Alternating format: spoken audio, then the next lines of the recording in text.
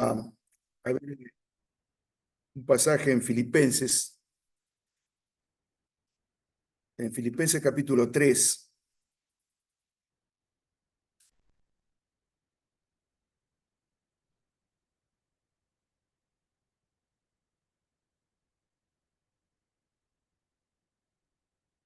Leemos 3 versículos del capítulo 3 de Filipenses, a partir del versículo 12.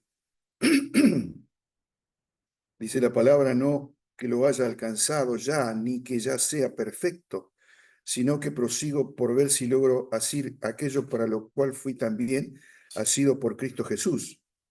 Hermanos, yo mismo no pretendo haberlo ya alcanzado, pero una cosa hago, olvidando ciertamente lo que queda atrás y extendiéndome a lo que está delante, prosigo la meta, el premio del supremo llamamiento de Dios en Cristo Jesús. Oramos por la palabra, nuestro Padre, nuestro Dios. Gracias, Padre, porque nos dejaste tu palabra. Gracias por que te conocemos a ti a través de ella, pero también conocemos tus propósitos para nuestras vidas. Lo dejamos en tus manos y lo hacemos en el nombre del Señor Jesús. Amén. Bueno, quien se crea perfecto, lógicamente que ya no tiene nada para alcanzar, ¿cierto? Que no puede aumentar lo que es, puede considerarse Dios, ¿cierto? Porque no hay nadie que es perfecto. Esta palabra que aquí dice el apóstol Pablo, perfecto, y lo hace refiriéndose a sí mismo, ¿no? Él se refiere a sí mismo como perfecto, ¿no? Habla de la perfección. Pero es interesante saber que esta palabra, tanto en el hebreo como en el griego, tiene varias acepciones, ¿no? Se tiene una variedad de significados de acuerdo a cómo se emplea, a quién se emplea y en el momento que se emplea, ¿no?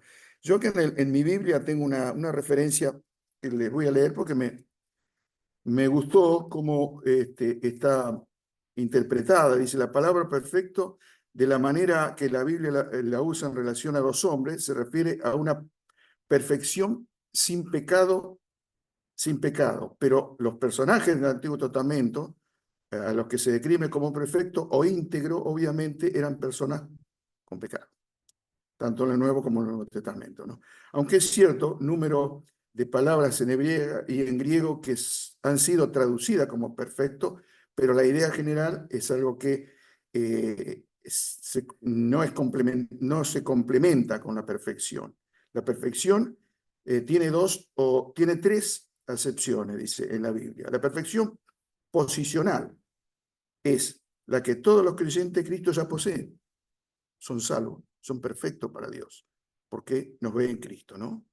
Pero después está la perfección relativa, o también se le puede llamar madurez espiritual, que dice aquí en el versículo 15, ¿no? De que leímos. Dice: así que todos los que somos perfectos, dice el apóstol Pablo. Él no hablaba de la perfección, ¿no? Sino relativa. Hablaba de la madurez espiritual. Por eso decía: los que ya somos perfectos. Dice, especialmente en aspectos como la voluntad de Dios, el amor, la santidad, la paciencia, van a dar los versículos, toda obra buena, dice. La madurez se logra progresivamente, como la santificación, perfeccionando la santidad, dice. Dice: os estás perfeccionando, donde el verbo se traduce como que nos estamos perfeccionando a través de la santidad. La perfección final es la perfección del alma, el espíritu y del cuerpo, que va a ser transformado, a lo que Pablo niega esta perfección no haberla alcanzado. Se refiere a la presencia en el Señor, ¿no? A la transformación, a la misma imagen de Jesús. Por eso aquí se usa como el sentido maduro de la persona, del creyente, la madurez espiritual, de la mente o del corazón, que está opuesto, dice, al aprendiz de algo, a la que recién empieza, ¿no? Así se refiere el apóstol Pablo, que los creyentes maduros, aquellos que tienen responsabilidad y derechos también en la iglesia, son los que se les puede llamar aquí como perfecto, ¿eh? En contraposición a aquellos que todavía están recibiendo instrucción, que han nacido de nuevo, pero que todavía están en el proceso de crecimiento, ¿eh? El apóstol Pablo es claro acá. Nosotros que somos perfectos se refiere a los creyentes ya maduros, ya con derechos y obligaciones en la iglesia. Leían en un diccionario que en la iglesia, en los tiempos de la iglesia primitiva, se usaba a menudo para describir los mártires, la perfección. ¿Y por qué? Porque decía que un mártir iba a ser perfeccionado a espada, a espada. O sea que en el día de su muerte, se decía, encontraban su perfección, ¿eh? El día de su perfección era el día de su muerte. Fíjense, ¿no? La distinta significado de la palabra que se usaba. Así. En hebreo habla de que fueron perfeccionados. Exacto. Esa palabra se usa en hebreo. Y bueno, en el griego también no tiene distinto significado. Pablo usa esta palabra diciendo que él no, que él sabe que de ninguna manera es un cristiano completo, de ninguna manera. Él lo sabe eso, sino que debe, dice, seguir avanzando. Él debe seguir avanzando, va mirando el mañana, pero sigue avanzando porque la perfección no está. Está la perfección delante de Dios para salvación, pero él va a seguir avanzando, dice el apóstol Pablo. No dice que está tratando de alcanzar, dice aquello por la que fue tomado por Cristo o alcanzado por Cristo. O dice en alguna otra versión, agarrado por Cristo, dice. O sea que eso que hizo Cristo cuando lo volteó, cuando tiró a Pablo del caballo camino a Damasco, él lo tomó a Pablo. Entonces, Pablo se sintió allí tomado y se sintió con un propósito. Un propósito que después él sabe cuál es el propósito, ¿no? De parte de Dios. Y a partir de allí, Pablo sintió que debía continuar avanzando hacia adelante con ese propósito de alcanzar todo lo que Dios le había dado. Todo creyente, como nosotros, fue alcanzado por Cristo de alguna manera, no tirado del caballo, pero de alguna otra forma fue alcanzado por Cristo y con un propósito. Es decir, deberíamos seguir nosotros durante nuestra vida ese propósito, ese llamado, aquel propósito por la cual Cristo nos alcanzó, nosotros deberíamos seguirlo. Deberíamos seguir con ese propósito de cada día alcanzar ese propósito del Señor para con nosotros. Y por eso Pablo, con ese fin, ¿no? Dice que hace dos cosas. Él está olvidando lo que quedó atrás y avanzando hacia adelante, mirando hacia adelante, ¿no? Dejando atrás las cosas que le han llevado gloria tal vez a él y tal vez le han llevado problemas, pero esos logros él no lo va a usar como disculpa para relajar su esfuerzo, de ninguna manera. No se va a presentar como el apóstol Pablo para que lo mire, para que lo aplaudan y se va a quedar ahí. No, no, no lo va a usar. Eso queda atrás, dice Pablo. Eso queda atrás. No, no, no. Así como Dios dejó atrás mi, eh, mi estado o mi persecución contra la iglesia, todo lo perdonó, yo voy a dejar todo lo que hice o hago atrás, ¿no? El cristiano dice, no es que deba olvidar lo que ha hecho, pero debe dejarlo atrás lo que ha hecho. ¿Para qué? Para no sentirse satisfecho de eso, sino seguir adelante, tener presente que hay algo todavía por hacer, que siempre Dios está esperando que estemos adelante. ¿Para qué? Para llegar a la meta de lo que Cristo nos ha dado, nos ha puesto por delante, que son los propósitos de Dios, que es la voluntad de Dios. No podemos descansar sobre los logros hechos o que Dios hizo a través de nosotros, sino tenemos que seguir adelante. El apóstol se encontraba preso, ¿cierto? Si recuerdan, en Filipo con Silas, allí en el capítulo 16 de Hechos, versículo 20, 25. Bueno, allí ellos se pusieron a adorar a Dios. Ellos no murmuraron contra Dios, no murmuraron contra lo que le estaba pasando, que estaban presos, ni tampoco pensaron en renunciar a lo que habían abrazado. A pesar que si renunciaban a lo mejor lo sacaban de preso, pero no, ellos no pensaron en ello, sino siguieron en esa meta que le había propuesto Dios, en esos propósitos que le había puesto Dios. Y siguieron con la fuerza de Dios, no con sus propias fuerzas, porque Dios nos da la fuerza, pero para seguir sus propósitos, no nuestros propósitos, nuestras metas. ¿Quién puede negar que la adversidad está en nuestro camino de fe que hemos emprendido? Nadie le puede negar. Seguramente que la adversidad está, y va a estar de varias maneras la adversidad. Ahora, ¿cuál es la reacción ante la adversidad que enfrentamos nosotros, sea de cualquier tipo? Hay tres maneras: enfrentándolas, negándolas o escapando de ellas. ¿Cierto? Podemos hacer esas tres cosas. ¿Qué es lo que hacemos? Por supuesto que enfrentándolas se requiere una firme decisión de parte nuestra, como hizo Pablo. Como hizo Pablo, seguir hacia adelante. Una firme decisión de no volver atrás. Si queremos logros significativos para la obra de Dios. ¿Por qué? Porque las cosas sin valor por lo general no requieren ningún esfuerzo. No requieren ningún esfuerzo. Amar a nuestros seres queridos, a nuestra esposa, a nuestros hijos, a nuestros hermanos, es sencillo, dice la palabra de Dios. O es natural, podemos decir. Pero Dios nos dice amar a tu prójimo como a ti mismo. Amar a tu prójimo. Y allí está, ¿no? Los propósitos de Dios, que amemos al prójimo. Y allí está lo difícil. La decisión de Pablo fue perseverar hasta el fin. Y así lo expresa diciendo, prosigo a la meta. Y así lo hizo.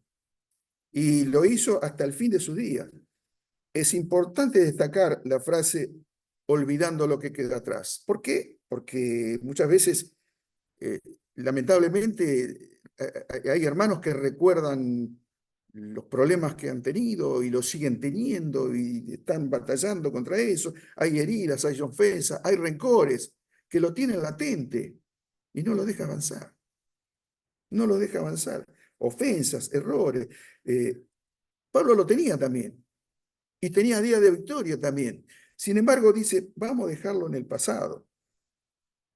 Que no entorpezcan el camino del presente. ¿Por qué? Porque Pablo dejaba esos errores y también esos grandes aciertos que tenía, porque no quería condicionar ni perjudicar el futuro por culpa del presente.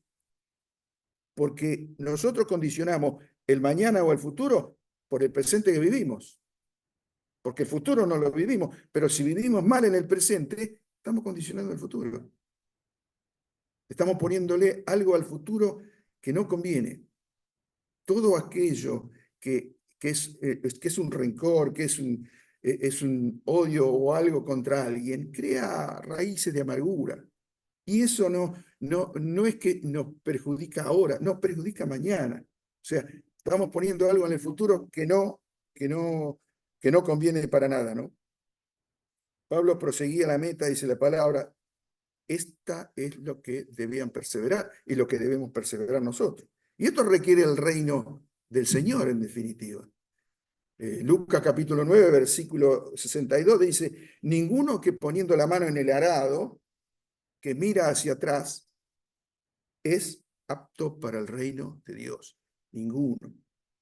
Y mirar hacia atrás o mirar hacia el costado, ¿qué pasaba? Y le impedía arar al que estaba arando. El arado debería caminar siempre iba recto, ¿no? Y la mirada al frente, con la mirada puesta en la huella.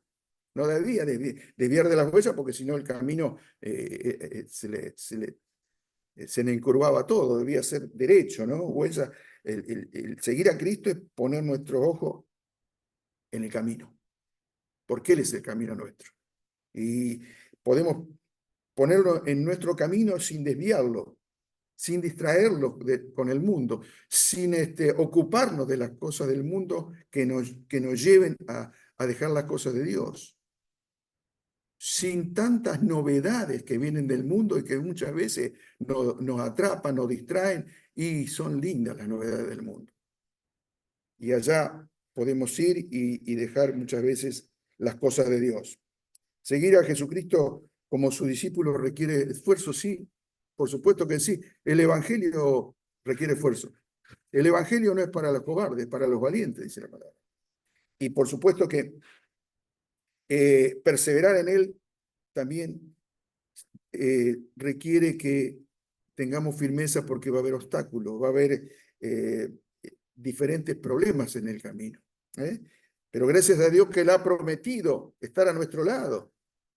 Él ha prometido multiplicar nuestra fuerza para que lleguemos a esa meta final, que es el llamamiento de Dios en Cristo Jesús, como dice aquel apóstol Pablo, ¿no? La palabra del apóstol son firmes, la vemos y conocemos su historia, o parte de su historia, ¿no? Si no la conocemos toda. Prosigo a la meta, a ese premio que es el supremo llamamiento de Dios en Cristo Jesús. Y el premio no era ninguna, por supuesto, recompensa terrenal, ni laurel, ni corona que le pudieran dar en este mundo, ¿no? Sino que iba a ser arrebatado para encontrarse en la gloria con la presencia del Señor. Supremo llamamiento, que también es traducido como el llamamiento celestial. Llamamiento desde lo alto, dice, ¿no? El llamamiento celestial que tiene Dios para aquellos que hemos aceptado por la fe a Jesucristo. Ahora el apóstol Pablo, después que hubo recibido la vida eterna, estaba viviendo como quien compite en una carrera, ¿no? Porque allí está también como un atleta que corre la carrera. Pero no corre la carrera para ganarles a otros, sino corre la carrera para llegar a la meta. Y eso es lo que nosotros tenemos que vivir, ya sea en el ámbito de la iglesia, en la hermandad cristiana. No ganarles a otros, llegar a la meta. No se trata de ganar, se trata de llegar. Y el Señor ha provisto eso, ¿no? Esta meta de cumplir con ese llamamiento de Cristo Jesús, llegar a la patria celestial. Al llevar la imagen y semejanza de Dios, todo ser humano tiene ese llamamiento de parte de Dios. Todo ser humano tiene ese llamamiento del hacedor, del creador. El creador llama a la creación, llama al hombre y a la mujer que ha creado, y lo llama para que se relacione con él. Sin embargo, sabemos que no todos viven en esa sintonía con él, en esa comunión con él, dándole gracia, glorificándole, porque y menos sirviéndole como un discípulo en este mundo. ¿Y por qué? Y porque ese llamamiento depende de que le conozcamos. Y ese llamamiento nadie lo va a descubrir. Muchos dicen, yo quiero descubrir la voluntad de Dios para mí. ¿Qué tiene Dios para con? Pero si no tenés una relación personal con el Señor, si no creces en esa relación personal, no vas a conocer la voluntad de Dios. La voluntad de Dios la vas a conocer cuando crezcas en la relación con Dios, en el crecimiento con esa relación con Dios, con la persona del Señor, ¿no? Parte de nuestra búsqueda como cristianos consiste en conocer, sí, la voluntad de Dios, en los propósitos de Dios que tiene para nosotros en esta vida. Es parte de nuestra búsqueda. Y tendríamos que tener interés en eso, ¿no? Proseguir a ese llamamiento que tenía Pablo y que tenemos nosotros. ¿Y en qué consiste en proseguir en ese llamamiento? Consiste en conocer más de aquel que tanto nos ha amado. Allí dice el versículo 10 de esta carta, capítulo 3, dice, a fin de conocerle a él y el poder de su resurrección y la participación de sus padecimientos, llegando a ser semejante a él en su muerte, a fin de conocerlo. Ese es el punto uno, el principal punto o el primer punto, conocerle más a aquel que nos llamó de las tinieblas a la salvación, a la luz admirable de Cristo. En segundo lugar, gozar de la comunión con Dios. Gozar que ahora, porque ahora se ha vuelto cercano, está en nosotros, vino a vivir a nosotros. Y es una comunión real. De eso debemos gozarnos. Y también y también con el Padre y con el Hijo, dice la primera carta escrita por Juan allí en el capítulo 1 y versículo 3. Y también dejarnos cambiar para parecernos más al Hijo, y al carácter del Hijo, dejarnos cambiar. ¿Para qué? También prepararnos, porque de esa forma estamos preparándonos para recibir la herencia, como escribe Pablo a los Colosenses, en el capítulo 1, versículo 3, la herencia que tiene, que nos dio Dios en Cristo Jesús, ¿no? Además, también prepararnos en esa búsqueda, ¿no? de la perfección para anunciar a otros lo que Cristo ha hecho en nosotros. Anunciar a otros lo que Cristo ha hecho en nosotros. Es decir, anunciar el evangelio de salvación. ¿Qué ha hecho en nosotros? ¿Qué ha hecho para nosotros? ¿Qué puede hacer para aquella persona que no tiene a Cristo? El creyente tiene esta misión de vivir en Cristo, pero también el vivir para Jesucristo, el servir a Cristo. Mostrar esas virtudes del Señor, ¿no? Algunos aspectos de la vocación se descubren por la práctica que tenemos en la iglesia. Dios nos llama a servirle en todo. A veces decimos, no tenemos fuerza para esto o tenemos poca fuerza. Dice Eclesiastés capítulo 9, versículo 10, todo lo que te viniere a la mano para hacer, hazlo según tu fuerza. Hazlo según tu fuerza. Tienes poca fuerza, hazlo. No permitas que el enemigo te susurre, no, vos no servís para esto, vos no servís para aquello, vos no tenés fuerza, vos sos débil, vos no estás todavía apto. Hazlo según tu fuerza. Lo que debe animarnos en todo esto, hermanos, es que Dios ha prometido mostrarnos el camino hacia ese servicio, el camino hacia ese lugar, los propósitos de Dios, la voluntad de Dios. Te haré, dice la palabra, entender y te enseñaré el camino en que debes andar. Sobre ti fijaré mis ojos. Salmo 32, versículo 8. Tres cosas nos dice en esta frase, en estas palabras. Nos dice, nos da sabiduría, te haré entender. Nos da la guía, enseñaré el camino en el que debes andar. Y el cuidado que tenemos de parte de Dios. Sobre ti fijaré mis ojos. En esta frase dice todo eso la palabra de Dios. En ti fijaré mis ojos. Te cuidaré, te guiaré, te daré sabiduría. Tenemos a Dios, hermanos. ¿Quién contra Él, no? No hay duda de que el Señor tiene un propósito para nuestras vidas y nos ayuda y se nos alienta a recordar ese propósito, que le interesa mucho más a Él a veces que a nosotros. Que descubramos y que vivamos ese llamamiento que tenemos de parte de Dios. Él nos dará la luz y nos dará el camino y la sabiduría para que podamos concretar esos propósitos que Dios tiene para con nosotros. Ojalá que podamos decir como Pablo, ¿no? Que yo también prosigo la meta, a pesar de lo que tengo que pasar, a pesar de las dificultades, a pesar de los problemas, sigo la meta. ¿Por qué? Porque es el premio del llamamiento que Dios nos ha hecho en Cristo Jesús. Vamos a orar por la terminación. Nuestro Padre, nuestro Dios amado, te damos gracias porque nos has llamado con propósito. Y Padre, queremos darte gracias porque tú estás muy interesado que cumplamos esos propósitos, que te sigamos a ti como tus discípulos, como tus hijos amados, Señor. Te pedimos fuerza para seguir, te pedimos sabiduría, te pedimos tu guía y tu ayuda, que seguramente tú lo harás porque eres fiel a tu palabra. Te damos gracias por todo, rogamos por todas las peticiones que se han hecho, te pedimos que nos despidas con tu paz y con tu bendición. Y lo hacemos en el nombre y por los méritos del Señor Jesús. Amén. Gracias por la atención, hermanos, y que Dios nos bendiga.